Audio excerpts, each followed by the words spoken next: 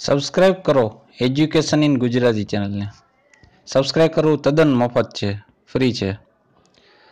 આપણા એજ્યુકેશન ગુજરાતી ચેનલમાં ધોરણ 8થી માંડીને ધોરણ 5 સુધીના ગણિતની બધી માહિતી, વિજ્ઞાનની તેમજ અંગ્રેજીના પીરિયડ ગોઠવવામાં આવ્યા છે, જે તમને વિના મૂલ્યે ઇન્ટરનેટના માધ્યમથી મેળવવામાં આવે છે. તેથી સબસ્ક્રાઇબ કરી લો, જેથી તમને તમારા ઈમેલ એડ્રેસ ઉપર મેસેજ આવી જાય યુટ્યુબ તરફથી કે હવે આપણો વિડીયો અપલોડ થઈ ગયો છે, જેથી તમે જોઈ શકો. એટલા માટે સબસ્ક્રાઇબ કરવાનું છું. એ તદ્દન ફ્રી છે. Thank you. આભાર વિદ્યાર્થી મિત્રો. ટેટની પરીક્ષામાં અગાઉ પૂછાઈ ગયેલા પ્રશ્નોમાં આજે વિભાગ 2 સામાજિક વિજ્ઞાન જોયા પ્રશ્ન આપણે. ગુજરાતનો સૌથી મોટું તેલ ક્ષેત્ર ક્યાં આવેલ છે? જવાબ અંકલેશ્વર.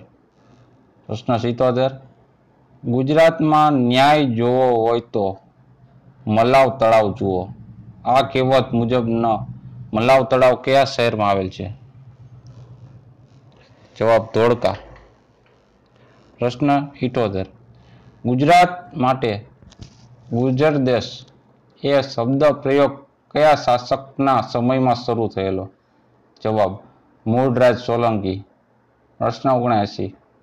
દાંડી કૂચ દરમિયાન પોતાની ધરપકડ થાય તો દાંડી કૂચ નેતૃત્વ કરવા ગાંધીએ કોની પસંદગી કરી હતી? જવાબ અબ્બાસ તૈયબજી. પ્રશ્ન 80. હેમચંદ્રાચાર્યના બાળપણના નામ શું હતું?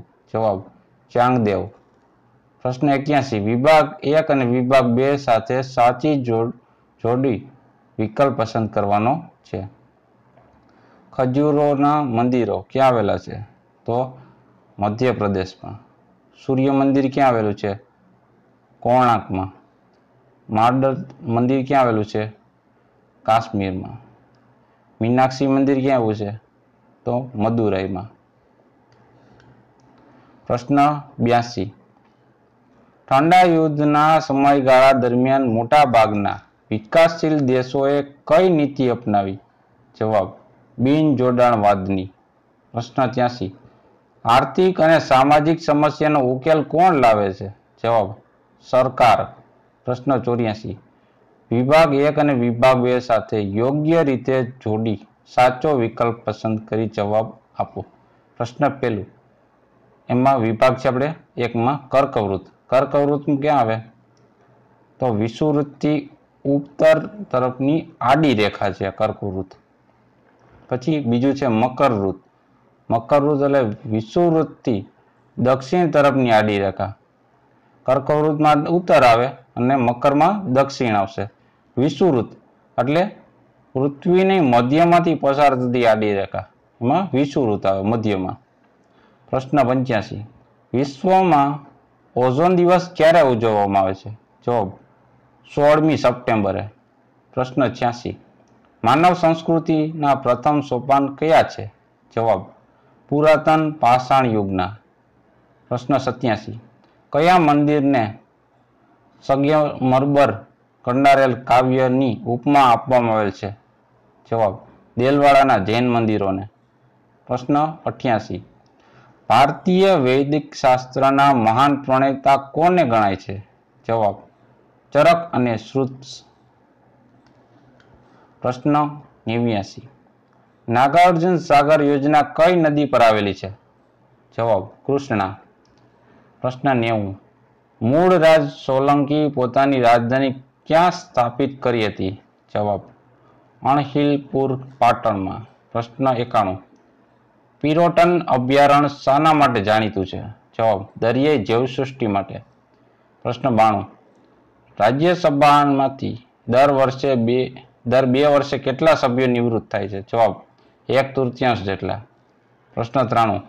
અલકનંદા અને ભાગીરથી કયા સ્થળ પાસે એકબીજાને મળે છે? જવાબ દેવપ્રયાગ પાસે. પ્રશ્ન 94. રાઇટ ટુ એજ્યુકેશન એક્ટ 2009 કયા પ્રકારના પ્રાથમિક શાળાનું લાગુ પડે છે? જવાબ બધા જ પ્રકારની શાળાઓને. પ્રશ્ન 95. ભારતીય બંધારણને સમજવાની આવી કોણ પૂરી પાડે છે? જવાબ બંધારણના આમુખ. પ્રશ્ન 96. કયા પ્રકારના અંદાજપત્રમાં સરકારી ખર્ચાને મહેસૂલ આવક વડે સરભર કરવામાં આવે છે? જવાબ સમતોલને. પ્રશ્ન 97. ગુજરાતના કયા શહેર અકીક વેપાર એટલે ઘરેણાંને મહત્વનું કેન્દ્ર ગણવામાં આવ્યું છે? જવાબ ખંભાત. પ્રશ્ન 98. ગુજરાતમાં બ્યુરો ઓફ ઇન્ડિયન સ્ટાન્ડર્ડ્સની કચેરી કયા શહેરમાં આવી છે? જવાબ રાજકોટ અને વડોદરા ખાતે. પ્રશ્ન 99. હર્ષવર્ધન કયા સ્થળ દર 5 વર્ષે ધર્મ પરિષદ અને દાન મહોત્સવ આયોજન કરતો? જવાબ પ્રયાગમાં. પ્રશ્ન 100. વિભાગ 1 અને વિભાગ 2 વચ્ચે યોગ્ય જોડી સાચો વિકલ્પ પસંદ કરવાનો છે. તો કનોજનો મહાપ્રતાપી રાજા એટલે હર્ષવર્ધન. પ્રશ્ન 2. વતાવીનો મહાપ્રતાપી રાજા એટલે પુકેશી બીજો. પ્રશ્ન 3. આચાર્ય શીલભદ્ર તો એ ક્યાંના હતા? તો નાલંદા વિદ્યાપીઠ. હર્ષ ચરિત્રના રચયિતા એમાં આવશે મહાકવિ બાણભટ્ટ. પ્રશ્ન 101. નીચેમાંથી કયા હવા ખાવાના સ્થળ હિમાલયમાં આવેલા નથી? જવાબ પંચમઢી. પ્રશ્ન 102. નીચેનામાંથી એક જોડકું સાચું નથી તે શોધી જવાબ આપો. તો કવિ ભરત અને ગીત ગોવિંદમ આ લાગુ પડતું નથી. પ્રશ્ન 103. બંગાળ, બિહાર અને ઓરિસ્સામાં ચાલતી દ્વિમુખી શાસન પદ્ધતિ કયા ગવર્નર જનરલે નાબૂદ કરી? જવાબ વોરન હેસ્ટિંગે. પ્રશ્ન 104.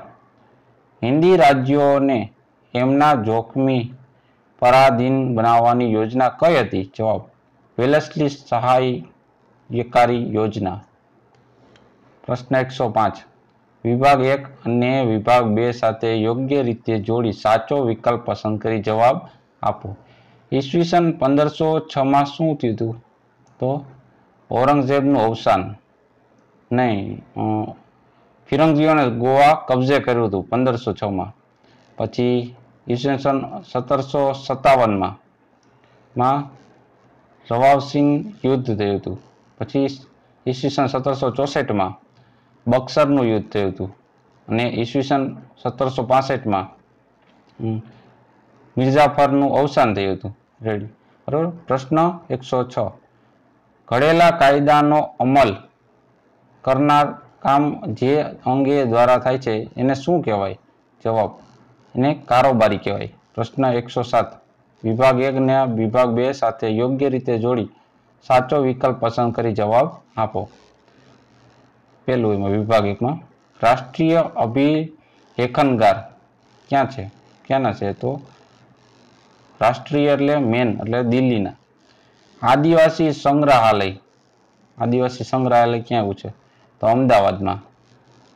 પછી હેમચંદ્રાચાર્ય લાઇબ્રેરી તો પાટણમાં છે. ને માટીના અવશેષો ક્યાંથી આપણે મળે છે? તો લોથલમાંથી. પ્રશ્ન 108. વિસ્તારની દ્રષ્ટિએ ગુજરાત ભારતમાં કેટલા ક્રમે આવે છે? જવાબ 7માં. પ્રશ્ન 109. 21મી જૂને સૂર્યના કિરણો કયા વૃત્ત પર સીધા પડશે? તો જવાબ છે કર્કવૃત્ત પર. પ્રશ્ન 110. ભારતનો સૌથી લાંબો નેશનલ હાઈવે કયા શહેરને જોડે છે? જવાબ વારાણસીથી કન્યાકુમારી સુધી. પ્રશ્ન 111. એસએસસી પછીના અભ્યાસક્રમનો અભ્યાસ કરી રહેલા અનુસૂચિત જાતિઓના વિદ્યાર્થીઓને કઈ યોજના હેઠળ શિષ્યવૃત્તિ આપવામાં આવે છે? જવાબ ભગવાન બુદ્ધ પોસ્ટ મેટ્રિક શિષ્યવૃત્તિ યોજના. પ્રશ્ન 112. નીચેનામાંથી એક જોડકું ખરું નથી એ શોધી ઉત્તર લખો. જવાબ કામસૂત્રમાં ભાસ્કરાચાર્ય એના લાગુ પડે. પ્રશ્ન 113. સંયુક્ત રાષ્ટ્રોના અંગો કેટલા છે? જવાબ 6. પ્રશ્ન 114. માનવ મૂડીનો ખ્યાલ રજૂ કરનાર અર્થશાસ્ત્રી કોણ હતા? જવાબ માર્શલ. પ્રશ્ન 115. સરકારની રાષ્ટ્રીય વન નીતિ અનુસાર દેશના દરેક ગામ અને શહેરમાં વૃક્ષ ઉગાડવાની ઝુંબેશ શરૂ થઈ છે તેને નામ શું છે? જવાબ સામાજિક વનીકરણ યોજના. પ્રશ્ન 116. વિભાગ 1 અને વિભાગ 2 સાથે યોગ્ય રીતે જોડી સાચો વિકલ્પ પસંદ કરી જવાબ આપો. ઈસવીસન 1453 માં શું થયું? ઇસ્તુંબુલના પતન થઈ ગયું હતું. પછી બીજું ઈસવીસન 1498 માં, તો એમાં વાસ્કો દ ગામાનું ભારત આગમન થયું હતું. પછી ઈસવીસન 1510 માં ફિરંગીઓએ ગોવાને વડુ મથક બનાવ્યું હતું. ઈસવીસન 1818 માં ત્રીજો મરાઠા વિગ્રહ થયો હતો. પ્રશ્ન 117, ભારતના રાષ્ટ્રીય પ્રતીકો તરીકે સ્વીકારેલી સિંહ મૂર્તિ કયા ધર્મને પ્રતિનિધિત્વ કરે છે? જવાબ બૌદ્ધ. પ્રશ્ન 118, વનસ્પતિ ઔષધની સાથે રસાયણ ઔષધ વાપરવાની શરૂઆત કોના દ્વારા થઈ? જવાબ નાગાર્જુન.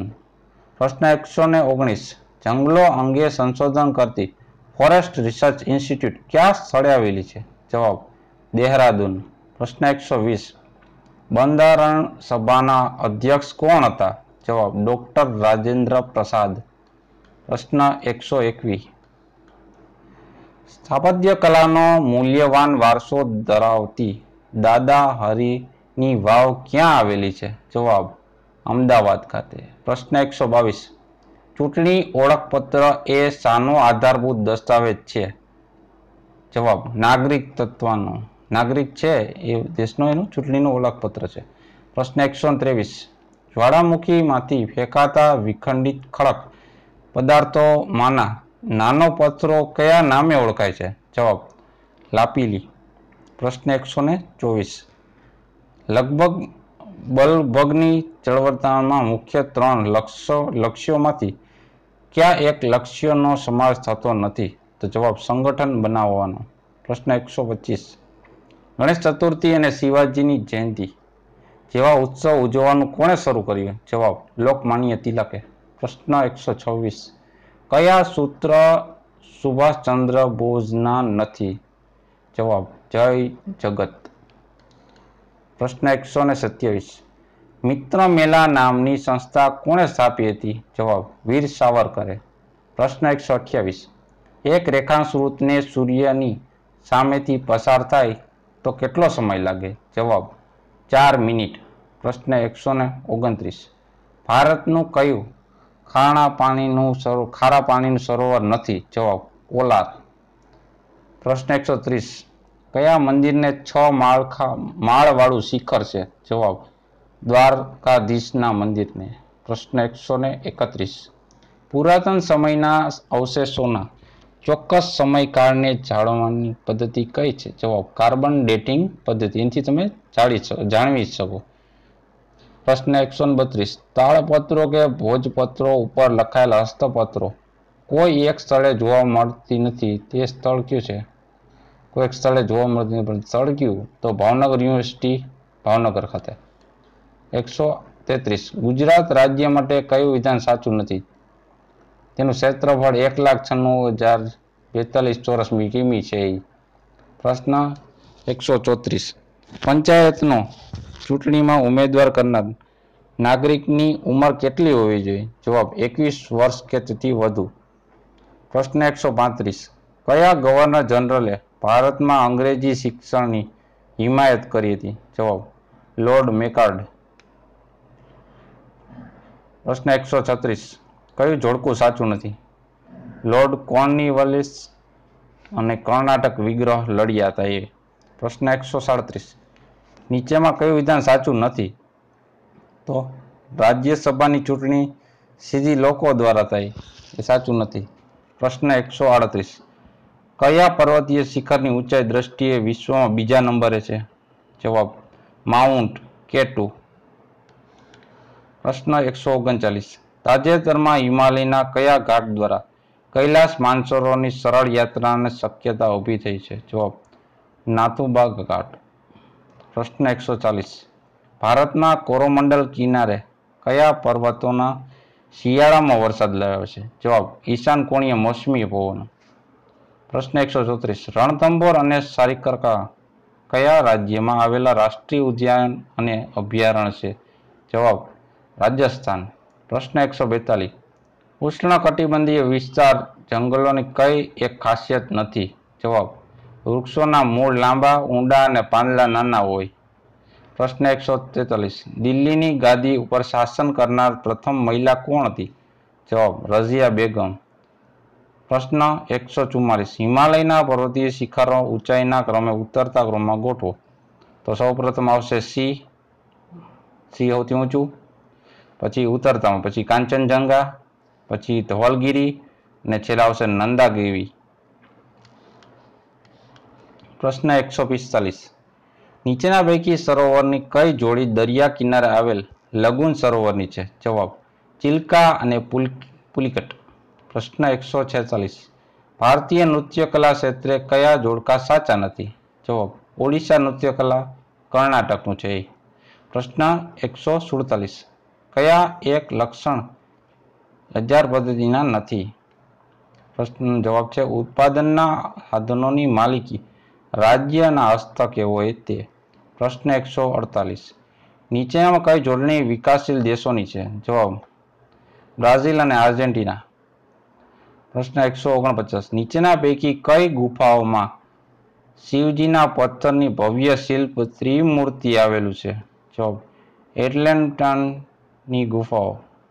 પ્રશ્ન 150 સુવર્ણ ચતુર્ભુજ એટલે ગોલ્ડન કોરિડોર્સ હાઈવે ઉપર આવેલ એક સ્થળ નથી, એ કયું છે?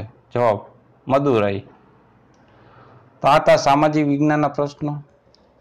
આગળ વધારાના અગાઉ પૂછેલા પ્રશ્નો મૂકવાનો છું, તો જોતા રહો અમારી ચેનલ એજ્યુકેશન ગુજરાતી. લાઈક કરજો, શેર કરજો, સબસ્ક્રાઈબ કરવાનું ભૂલતા નહીં. સબસ્ક્રાઈબ કર્યું તો આભાર, થેન્ક યુ.